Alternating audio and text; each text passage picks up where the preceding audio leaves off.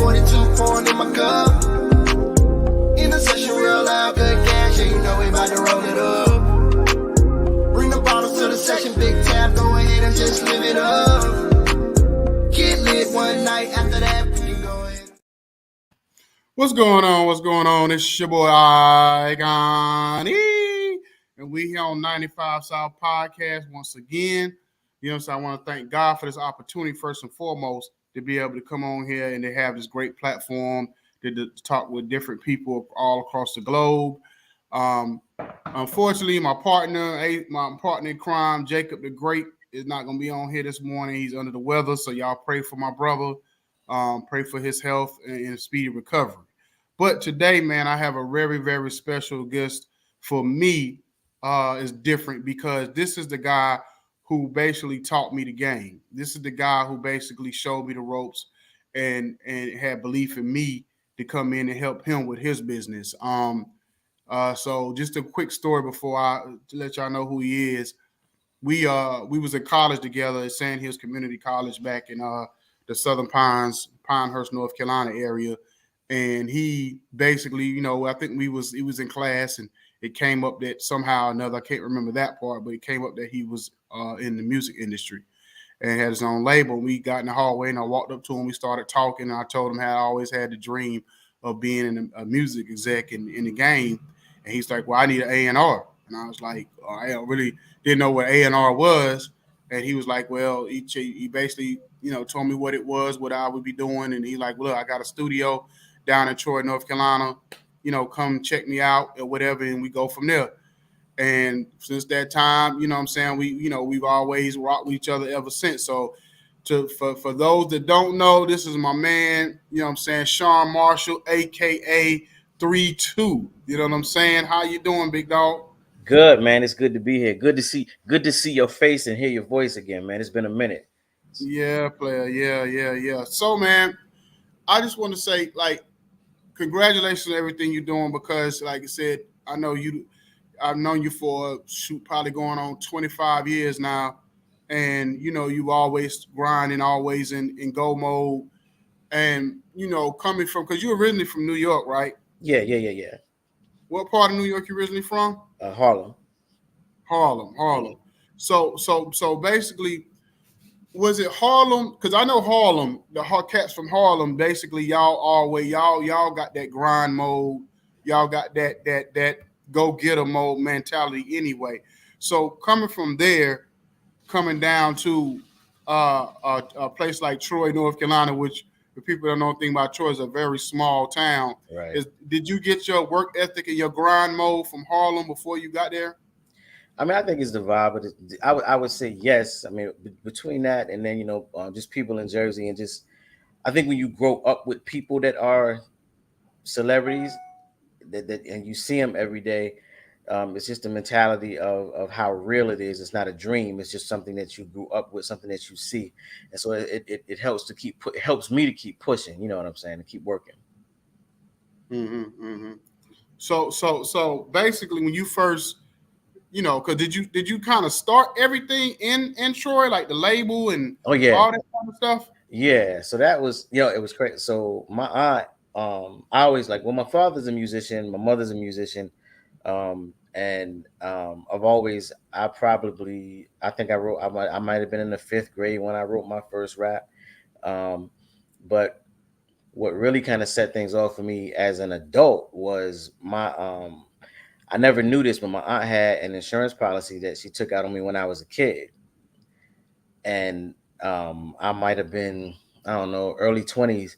And she called me one day and she was like, hey, you might want to call this insurance company because they, you could probably get a check from them because, the policy's coming to a close and it's probably some money in there. And so that money is actually what I used to start the studio that you remember in Troy. Mm-hmm. And so that's kind of how, and that kind of made it, kind of gave me that kickstart. I mean, I was doing stuff before that, of course, but just having my own and being able to move, that's kind of where that came from. Okay. So how old was it when you really started like taking it seriously like that anyway? I mean, truthfully, man, always probably because like I said, I wrote my first joint when I was probably in the fifth grade. The first when I was in high school, ninth grade, I would go. So I moved permanently down here around high school age, but then I would go back to visit my mother and my father in the summers. And so what it was funny because my mom was in Philly and she had a ton of equipment that she didn't know how to use. Mhm. And she didn't believe that I could use it. So she would never actually let me use it. So what I would do is I would pretend that I was asleep when she left to go to work. And as soon as I heard that door close and I knew she had walked down the street to catch that bus, I was up hooking up speakers and tape decks and everything else. And I literally made an entire album that summer doing that and then brought it back with me to North Carolina. And when I heard people's response to it, it kind of gave me like, oh, I could do this for real. So that was really probably the spark. So I would say high school, ninth grade, 10th grade was when I really started kind of getting serious with it. Oh, okay, okay. So you been like, cause you the first person I knew that basically was in it like that. Like basically was the CEO. You know what I mean? Hmm. Rapper, producer, writer, the whole nine yards. You know, I mean, I've known DJs and people who was ciphering on the block and all that kind of stuff, Right. but I ain't never know nobody like what you who you were. So how did you teach yourself, or did you go to schooling or anything? Because you knew how to do everything. I mean, you knew how to produce records, you knew how to engineer, you knew how to master, you knew the Right. whole nine. Yo, you was basically the first one stop shop that I pretty much seen in my life or whatever. You know what I Oh, mean? man. So I used to hang out like when I was in Jersey, and that's the so and that's why I say I had a. That's like I said, man. It's a beautiful life. Struggles and everything. It's just been beautiful. But when I was in Jersey, I used to actually go to the studio. Um, it was so many cats around us, man. When I was a kid, and so guys that people wouldn't that a lot of people watching this podcast will probably not even remember, but there was a rap group when I was a kid. They were from Jersey, from Elizabeth, New Jersey.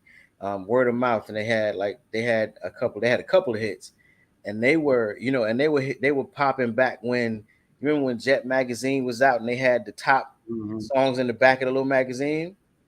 Mm-hmm. I would always see them in there, meaning word of mouth in there, and they were right next door to my aunt. And so what would happen is the guy that was producing them, I would go to his house, which was right next door, and just watch them work.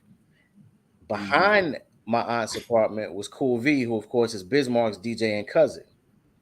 Mm-hmm. And so my brother and I, we would go there, hang out with we were younger, we would hang out with Granddaddy IU, Big Daddy Kane, Biz, and all those guys, and literally just watch them work.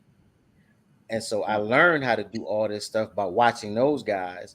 So when it came time, when I finally had myself in a position to get my own equipment and things of that nature, I had already seen so much of the inner workings of the business in the studio by just listening to these guys that I had an idea of how it worked. Um, and I just went on from there, man, and just try stuff. Mm-hmm.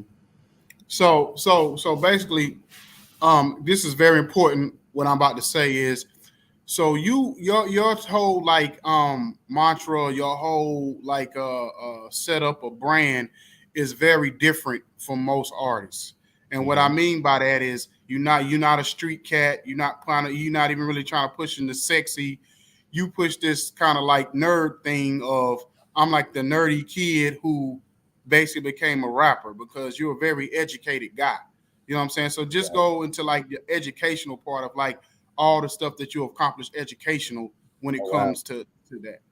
man! Like so, I have, and it's funny. Like so, I always tell people, I was always a street kid, but I was never a thug. Like that was never my mo. I knew those guys, and some of those guys were my family, but I was never that kid.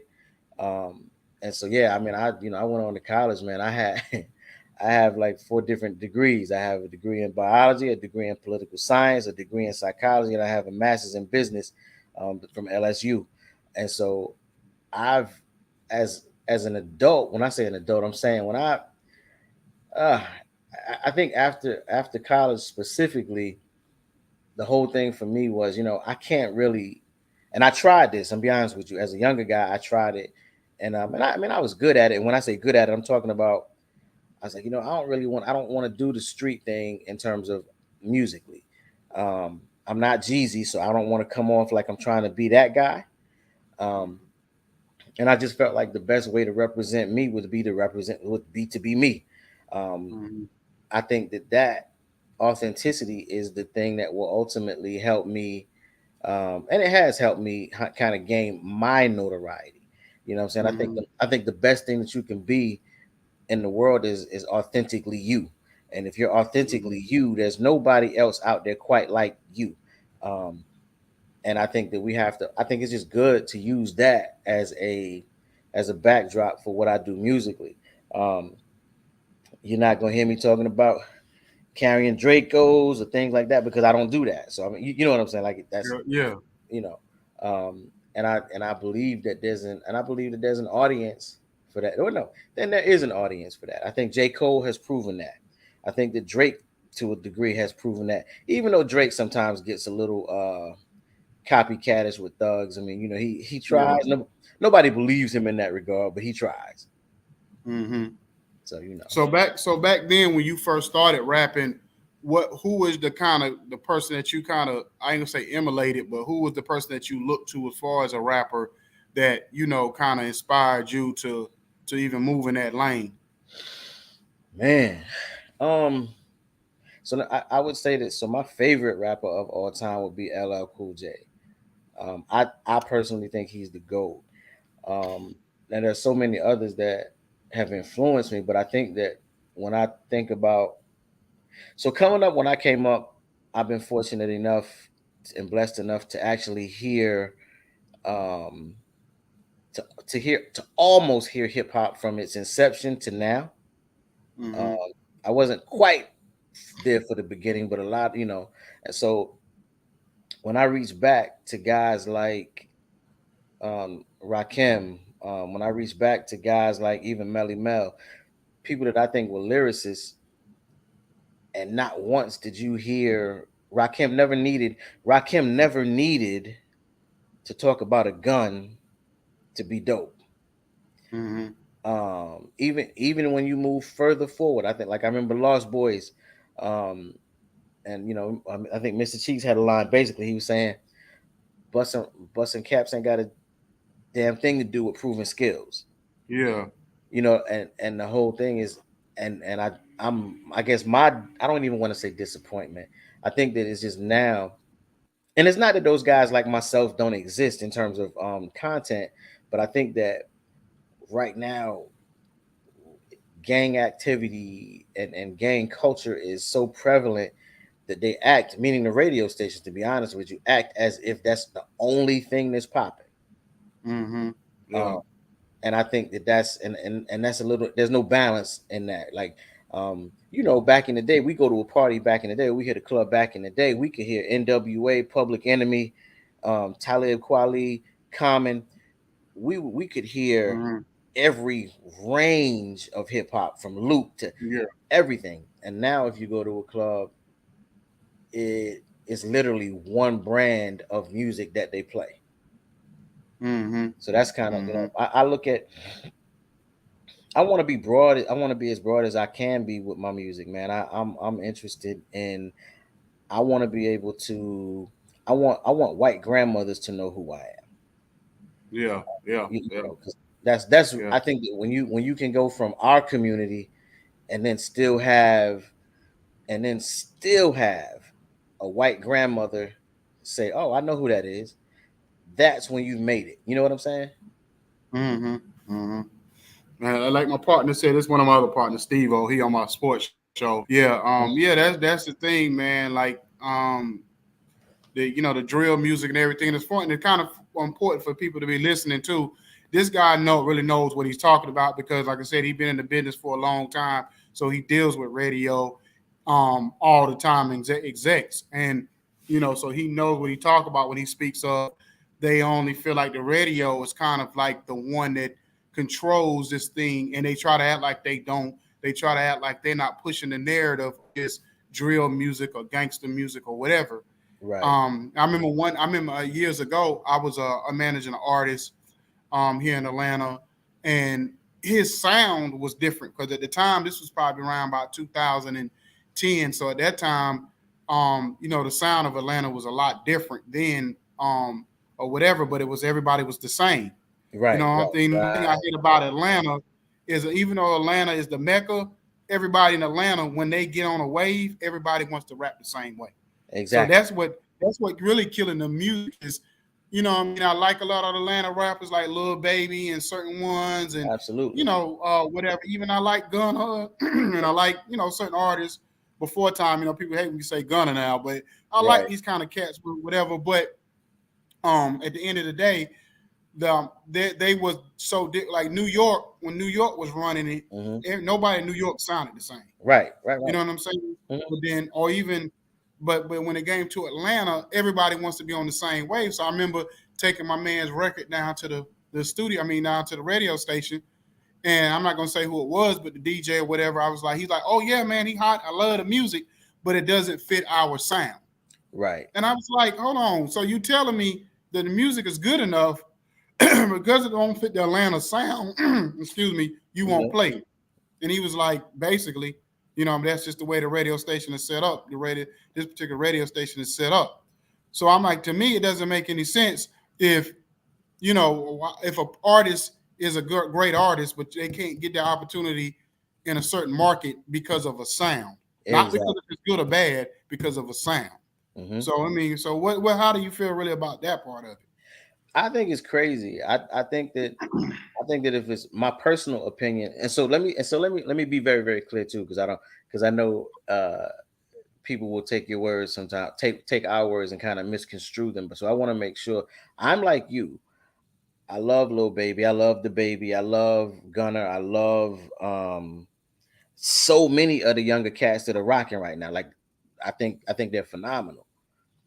The issue for me isn't that I don't think they're phenomenal, but it's just what you said, which is I'm like, yo, I said, my son even said this to me. He was like, yo, he's like, Dad, if you made a record like this, everybody'd be on it. I was like, yeah, but if I made a record like that, I'd be doing what everybody else is doing.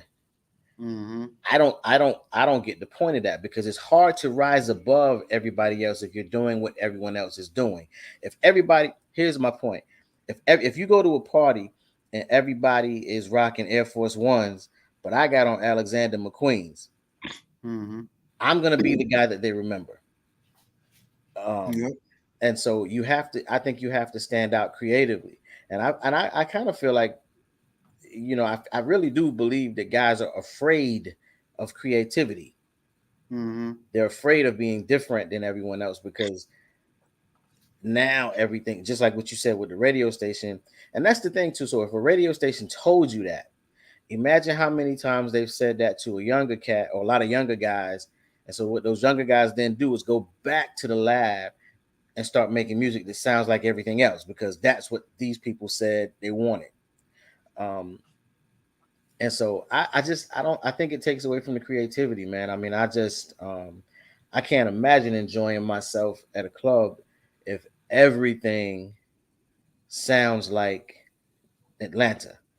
You know what I'm saying? Like, and I love Atlanta. I love Atlanta music. And I think I just think that's it, man. It's just that simple for me.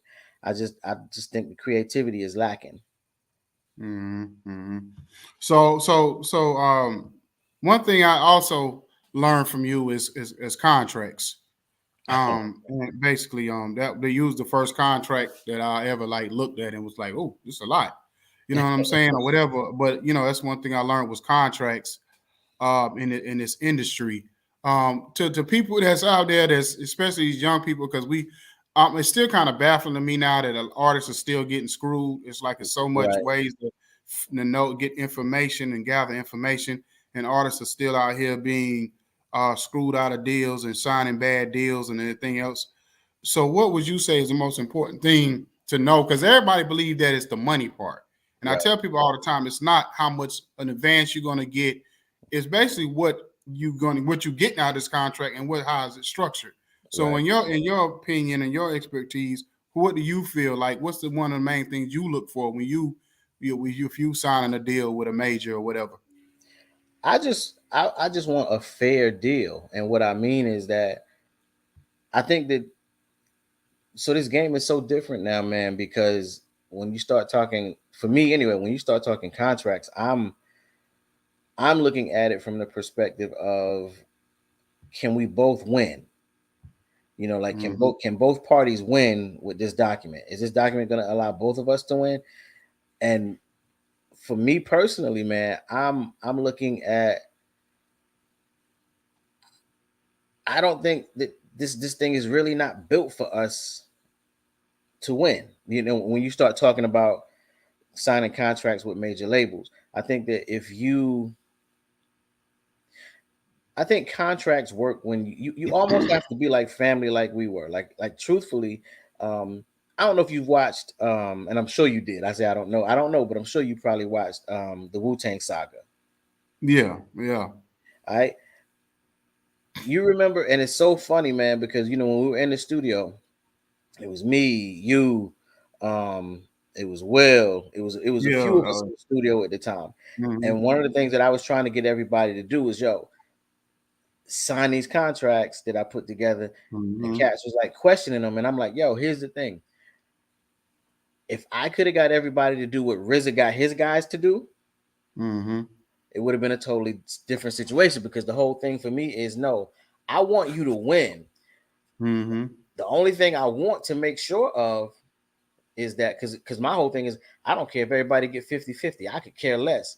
I just want to make sure that Loud Boy could have had a contract with everybody, so that when Mhm. everybody started branching off, we could make more money, because the whole thing is, now they got to buy you out of this contract, and I'll give you some of Mhm. that too.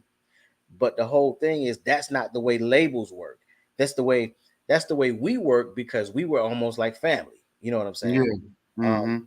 but a label could care less. So the label is like, nah, you're gonna sign this, and if somebody wants to buy you out, well, they can buy you out, but we're gonna get every dime when they buy you out. You're not gonna get anything. You're just gonna get to leave. Um, Mhm. and so it's just so different, man. And then now it's different, because now it's like with the 360 deals, which has almost become the standard. You can't make your merchandise and sell it anymore without them getting a piece of it. Mhm. You can't tour anymore without them getting a piece of it. Um, and so I think that streaming changed the whole game, because when streaming came along and really took over, well, now you don't really have album sales the way you used to have album sales. So the labels can't get that money the way they used to get that money. Mhm. And so they were looking at other ways to recoup. Um, and they're gonna win, and they're gonna find it's just like going to Vegas. The house always wins. So if you if you would have major, trust the house is gonna win. I don't know that I just talked to dude out of signing a contract with a label in Cali, and he was like, he said that I was reading over this contract, and the maximum amount of money that he could make, regardless of how many albums he sold for them, was $500,000. And he was telling me, Mhm. he was like, "No, nah, I'm good with that." I was like, "So if you come out and you make them $10 million, you're okay with making $500,000, which after taxes, that's 250,000, which after you pay your manager his 10%, you're gonna lose another 25,000. You know what I'm saying? It Yeah, yeah. And they got 10. So Mhm. it's just important to understand how those numbers work, man, and not to pigeonhole ourselves. And I see this. It says, how important is it for an artist to own his or her own publishing? So publishing is the lick, because And that's my partner, by the way. My okay, partner, he's no longer on the show, but he say he under the weather today. okay. And so when it comes to publishing, let me give you an example. So on the new, and I'm giving away a little bit of the new album, but on the new album, so I'm currently working on a deal with have you ever heard, I mean, I'm sure you have, but the Stranger Things TV show on Netflix. Yeah. Uh-huh. So I'm That's my I'm daughter's favorite show. okay. So I did a song that I'm working to submit for them, for the soundtrack, all for a soundtrack and all of that. If I did that and I was signed to um if I was directly signed to a major label, right? So the way my deal works, I'm signed with a subsidiary of Sony. Mhm. If I was signed directly to Sony, I wouldn't be able to do this, because Sony's going to want to get that money, and that's just kind of how the game works. But the whole thing is because I have a I have a non-exclusive deal with the cats that distribute my joint. The whole thing I'm able to do is I can negotiate my own licensing deal because I own my masters. I own my publishing. So now I can go directly to the Duffer Brothers who do Stranger Things and say, hey, I have this. What can we do? Or I can go to a licensing agency and say, hey, I need you to license this with the TV show. And it's that simple. You know what I'm saying? It might cost $3,000 to do that. It might cost $5,000, but it's simple in terms of getting that paperwork done. If you're signed to a much larger label, well, it's a wrap for you because you don't own your masters and you don't own your publishing. So you can't make any deals with your stuff. So that's it's bad. It gets real bad. Yeah. So the next question he asked was, what kind of contract were your people signing? Was it a label artist deal or a artist development deal? So the way that I had everything set up is there was a label. It was almost twofold, right? Because there was a label deal for anything that they did directly with me, and then I would do like, we had a kind of a production deal. The production deal would be one-offs, so that it would mean like, okay, so Will was obviously signed directly to me, but I also had a production deal with him that allowed him, if he chose, if Def Jam approached him and said, hey, we want you, it would allow him to go test the waters. Like, in other words, and so Def Jam could then say, hey, 3, we want to buy out Will's contract, his production contract for his solo deals, and at $50,000 or whatever the case may be. They pay me $50,000, they got Will, but Will still gets money from 3-2 and Big Will. You see what I'm saying? Yeah. So basically, my whole thing was, I was like, because we're a group, I want to keep this thing over here separate, but I want you to be able to go do your solo thing. So I kind of set it up that way, and that was basically the way we set that up, man. I mean, it was a good deal. It was just hard keeping guys focused. During that time, I told my partner, I said, during that time, because of maybe the streets or just because of life and different stuff going on, because, of course it was, at the time it was me, you, even Eric was trying to get into the comedy game, that was coming with me all the time. And then we had my man Herschel, which I still keep up with him. Whatever, he's out in Cali. You know what I'm saying? And, he had his, what he was, his 1-2s that he was doing, moving around. So it was just hard to just kind of keep everybody, like you say, focused. So by the way, how's Will doing anyway? He's good, man. He's in Texas now. He's in Texas, but okay. I think I'll probably, well, matter of fact, I'll be in Texas in June. And so he'll probably be kicking it with me when I get out there in June. I got they're doing Loud Music is doing a press junket, and so I'll be out there in June promoting the music. Okay, what part of Texas? I can't remember what city it is, to be honest with you. I got some folks out in Austin or whatever too. So if you, I mean, they might be able to give you some push out there too, or whatever. I got people with radio and stuff out there in Austin and all that in that area too. So if you need push out, absolutely. So let me ask you this, man. So, I ain't gonna get into what happened, but of course, with the whole show thing, what happened or whatever event that we did. Right. What did you learn from then? Because, be honest with you, believe it or not, I learned a lot from that event. So when I started promoting stuff, and like when I was in Florida, I learned a lot just from, the things that could have went right, things that, that went wrong, that could have been better, whatever. And I learned a lot from that event. So what did you learn? Because I know you started really getting heavy in promoting yourself and putting together your own stuff. Because last time I seen you, you was opening up for, you was doing like the halftime game at the WNBA games. Yeah. You know what I mean? So that's been like, whew, I don't even want to say how long ago it was. We don't age ourselves, but it's been a minute. But anyway, So what did you learn from that as far as like promoting yourself and how important it is to do that? I think the biggest thing, well, there was so much to learn from that, man. But I think one of the biggest things, first and foremost, was just making sure that everybody around you is supporting you and not so much wanting to take from you. Mhm. And what I mean by that is, um,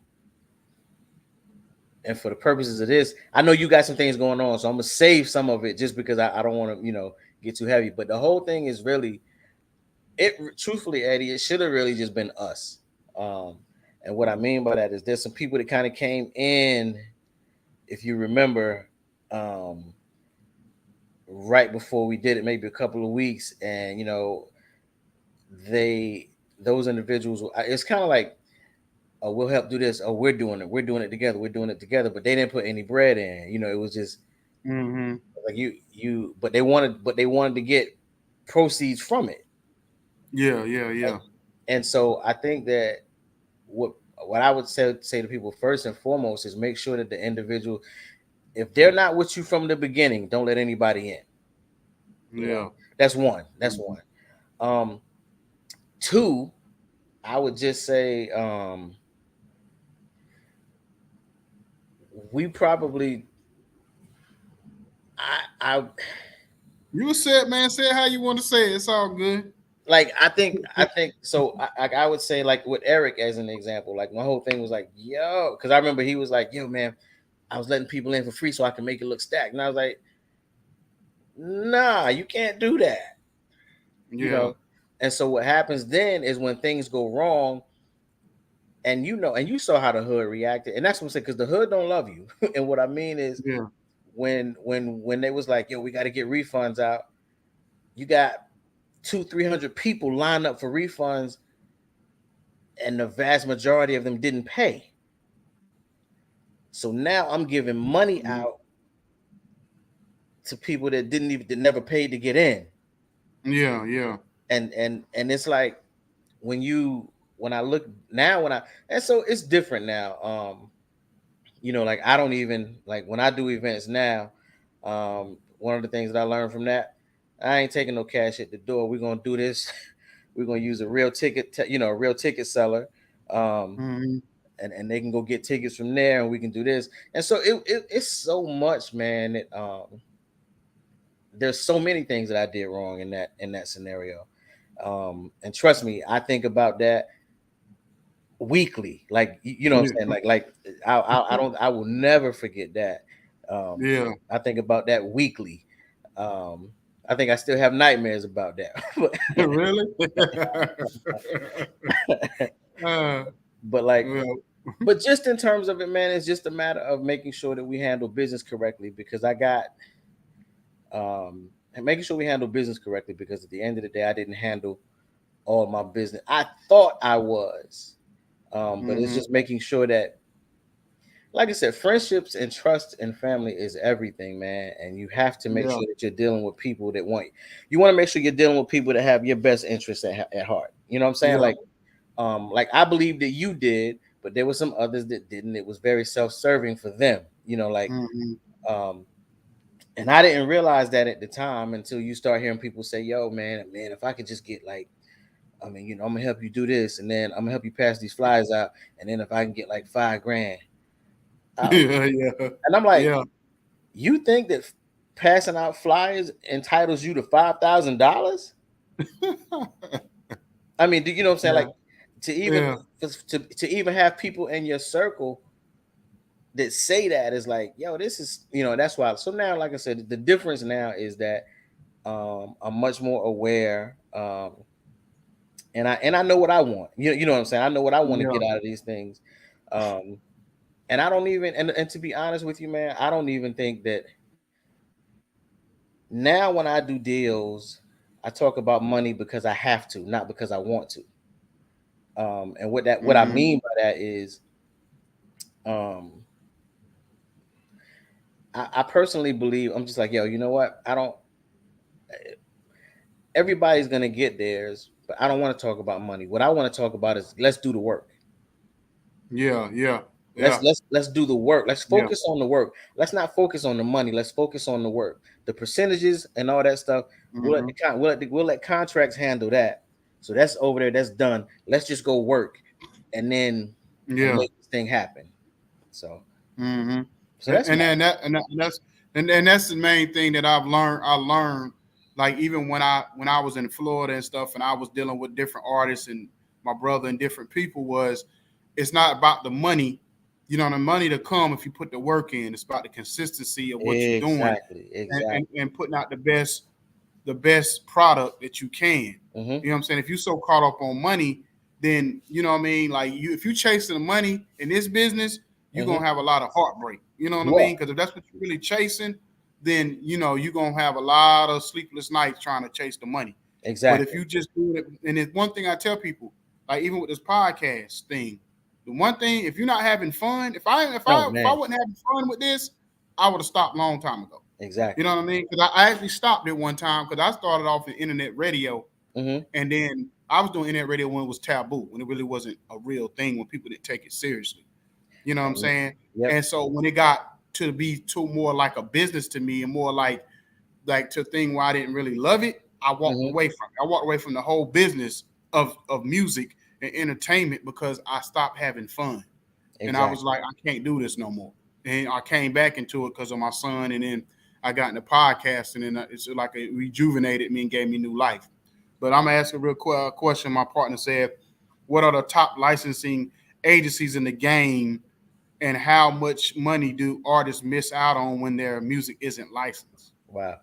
Whew, top licensing again. It's so many. I work with a company called Greenlight, Greenlight, and they do a lot of my licensing for me. And in terms of how much money, you know, and that's actually a real good question because just to so often, man, we leave money on the table, and when it's like you can say licensing is really is where consistent residuals lie.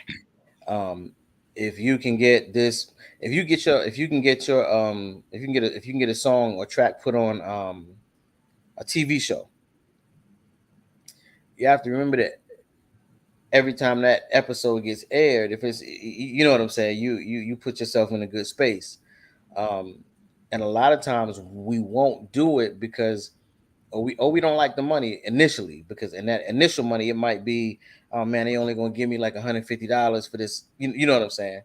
Mm-hmm. But my thing is, right, that's what you're getting now. But what happens if that becomes one of the most popular episodes? So if that show goes into syndication, it's going to be played on X amount of stations for X amount of years, and those residual checks look really, really good when you have that money coming in. But if you never license, if you don't have licensing deals, there's nothing that you can do. You know what I'm saying? You I can't rap forever, Mm-hmm. but through licensing deals, I can allow my music to provide some type of income Mm-hmm. for my family forever. Like in other words, if you're only getting, I mean, dude, if you're even if you're not big time as they say, if you can get $12,000 a year through licensing, well, that's twelve Mm-hmm. thousand dollars a year that you didn't have before, or you wouldn't, Yeah.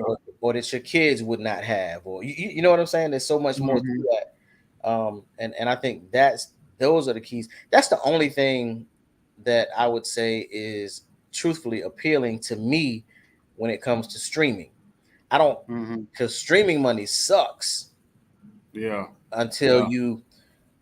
you become, I don't know, I guess, I don't want to say a household name because you don't have to be a household name, but it's just streaming money sucks until a few years down the road. Because Mm-hmm. if you build enough buzz where you kind of where your music can get passed down to different generations and they're still streaming it with, and then it comes into play and it really works well. But for initial money, it's not the best. Um, unless of course you Chris Brown or somebody, you know what I'm saying. Yeah. Yeah. Yeah. Yeah. Yeah. Um, so I think that licensing is actually really overlooked by most artists. But again, the like we're talking about, a lot of times we're talking about kids now, like 16, 17 year olds are not really going to be on licensing like that. They might be on YouTube, but they're not going to be on licensing. Yeah. So before I ask the question that he asked, the next question he asked, when you said about streaming. So when you do your shows, because I know you about to go doing a tour, a college tour, and all that kind of stuff. Right. How do you sell your merch? Because I know you big about merch, having merch and stuff.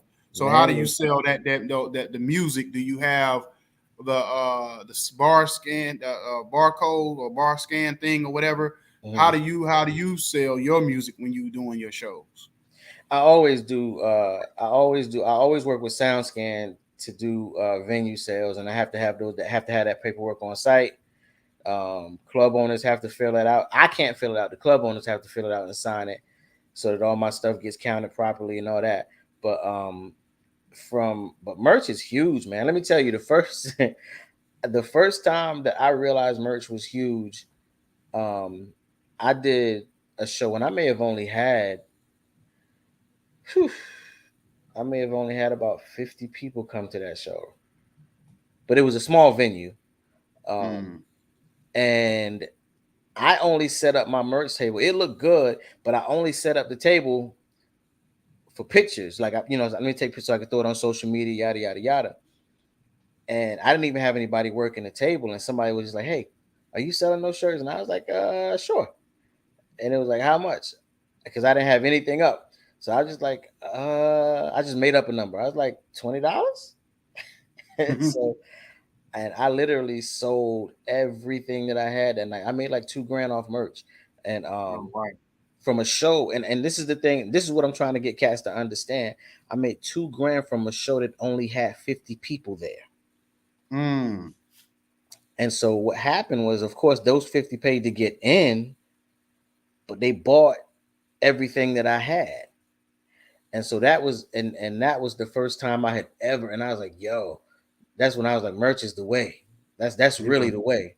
And so that is how, so I have the table set up and all this stuff, and it was cool, man. But it gave me another insight into how this business actually works. And then you look at like, think about even Cash Money back in the day when Cash Money was hot, and you could take a Polaroid with Wayne or the guys from Cash Money, but that Polaroid was going to cost you like $20. Mm-hmm. And I'm like, yo, you pay. I'm gonna check with yo, you paid $20 to get this picture taken? They were like, Yeah. yeah. And I was like, yo, that's crazy, but people pay for memories. Mm-hmm. Okay. Well, my partner wanted to ask, how does your artistry impact the community? What are your views on rebranding and restructuring the community? That's a dope question, because this album that I'm about to release in the spring is called um it's Revenge of the Nerd Part 2, Teacher Turned Rapper. And I there are a couple of songs on there specifically that deal with that. And because I wanted to, of course I just got regular hip hop joints on there, but I wanted to do something because I wanted people to understand my experience in terms of working in education. So I worked at an alternative school. So I worked with Bloods, Crips, Gangs of Disciple, Folk, MS-13, and every year I already knew, like clockwork. Now, mind you, the most amount of students that we could have in that building was, like, I think it's 250.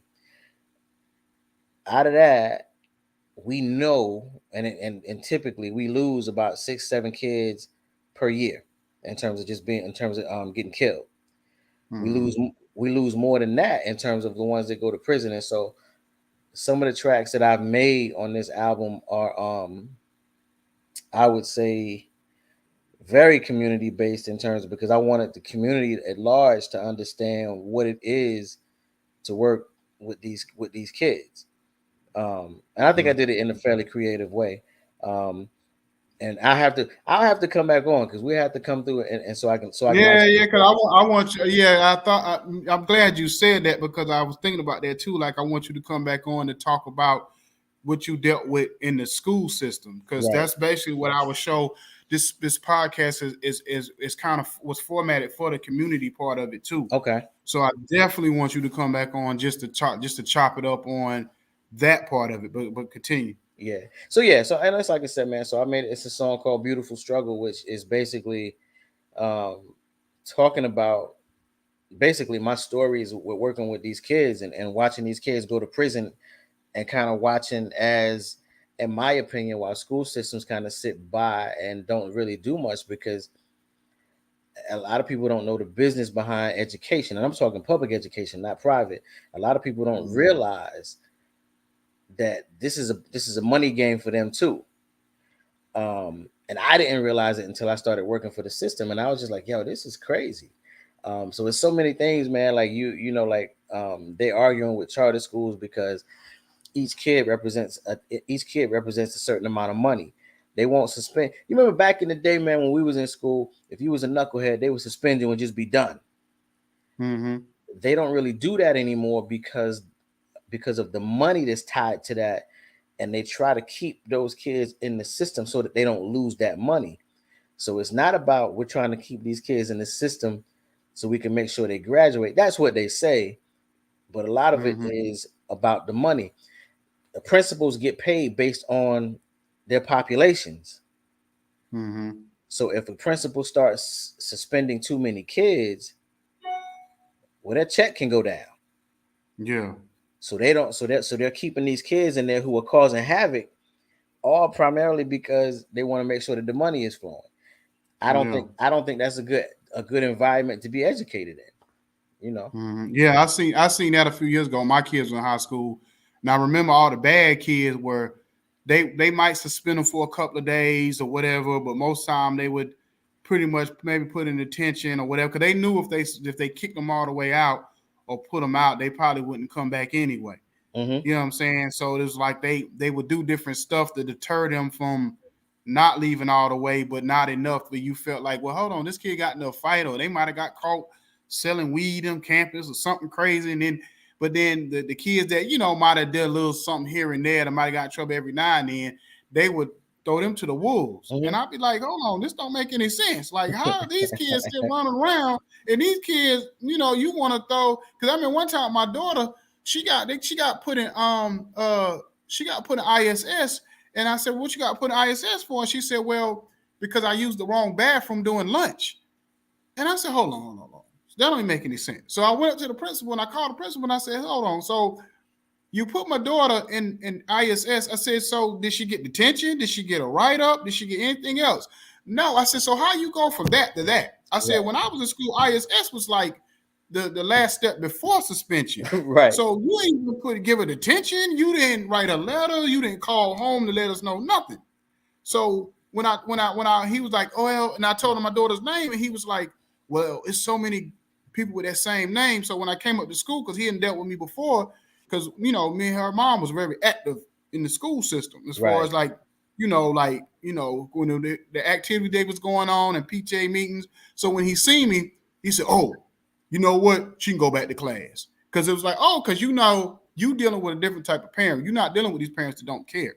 You're dealing with a parent that's going, I'm not going to say my daughter ain't wrong, but but at the same time, I'm going to check you too when I feel like you're not doing your job. Exactly. You know what I'm saying? Exactly. You know what I'm saying? So it's going to go both ways or whatever. Now, my child wrong, she wrong, or he wrong at the end of the day. So, but yeah. So brother, man, I want to just thank you for coming on, talk about the project real quick and what you got coming up. You know what I'm saying? Well, before we get out of here, you know what I mean? So just let us know like where they can find you, the project you got coming up, and then I know you got a tour that's coming up too. Yeah. So like I said, you can always find Official 32 on Apple Music, Spotify, all those streaming spots. The current album that's up there is Revenge of the Nerd. The new album will be coming out in, I think it's March 31st. And that will be, it's Revenge of the Nerd, teacher turned rapper. And we'll be doing we're gonna list all those sites, but we're changing some things up. But it's gonna be exciting, man, because this year we're gonna hit a lot of universities. We're actually, and that's so the crazy thing about it is some of the music is gonna allow us to hit some elementary and middle schools, especially with the Stranger Things music that we're doing. And so it's gonna be, we're hoping that this is gonna be a very, very exciting year, man. When is the tour gonna hit ATL? I'm gonna be honest with you. I'm definitely gonna hit ATL and I'm gonna hit Eddie up because Eddie's gonna play a big role in that. We're gonna have to link up and get me down there. Okay. And so I think that I'm just excited, man. But more than anything, I want to make sure that I come back, especially when the album drops, so that I can share that with y'all. And then even there's just, you should be proud of yourself, man, because I've been watching your movements with the podcast and everything, and it's always exciting when I see those updates. And and I tell a lot of people about you. So I'm so proud to see kind of how you grown with this on your own. I appreciate that. I really do. It's a lot coming from you. Cause like I said, like I tell people, man, you the one that kind of got me in the game and gave me that first opportunity. And coming from a small town, you don't really. I always believe I can do it, but I didn't have nobody around me who was doing it. And I remember going back and forth from Southern Pines to Detroit, and that was like a 35, 45-minute drive. Right. And we used to literally leave Outback and come there at 1, 2 o'clock in the morning and stay to 4 or 5 o'clock in the morning just to be there. And I'm just there soaking up the information, you know what I mean, to seeing what was going on. It wasn't like I'm in the studio in the booth. I'm just there, supportive and being supportive of what you doing and what we doing as a group, because I really did look at it as a family. Right. You know what I mean? Or whatever, always like, if I ever want, because a lot of time when you do business with people, you like, but you the one person I always like, man, we always need to connect back and do something, because I felt like it was unfinished business. Right. You know what I mean? You know what I mean? So I always felt like in my mind, it was always that unfinished business that we left off. But, you know what I mean? Like I said, man, I just want to see you continue to win. I appreciate you coming on. And like I said, just let me know, just hit me up and be like, man, I want to come back on and talk about the new album and, whatever the case may be. And we chop it up more about the whole school system stuff and all that kind of stuff. Absolutely. And then, just let me know, hit me up, and we'll get you on ASAP. You know what I'm saying? But I appreciate, so I appreciate you coming on and giving us your time. I know you're a super busy man, and you know what I'm saying, we're just gonna keep rocking out, man. So you have a blessed day, you know what I'm saying, and keep doing what you're doing, my dog. All right, man. Y'all be good. Love you, bro. I love you too, bro. All right. We got the good vibe, got the 1942 pouring in my cup.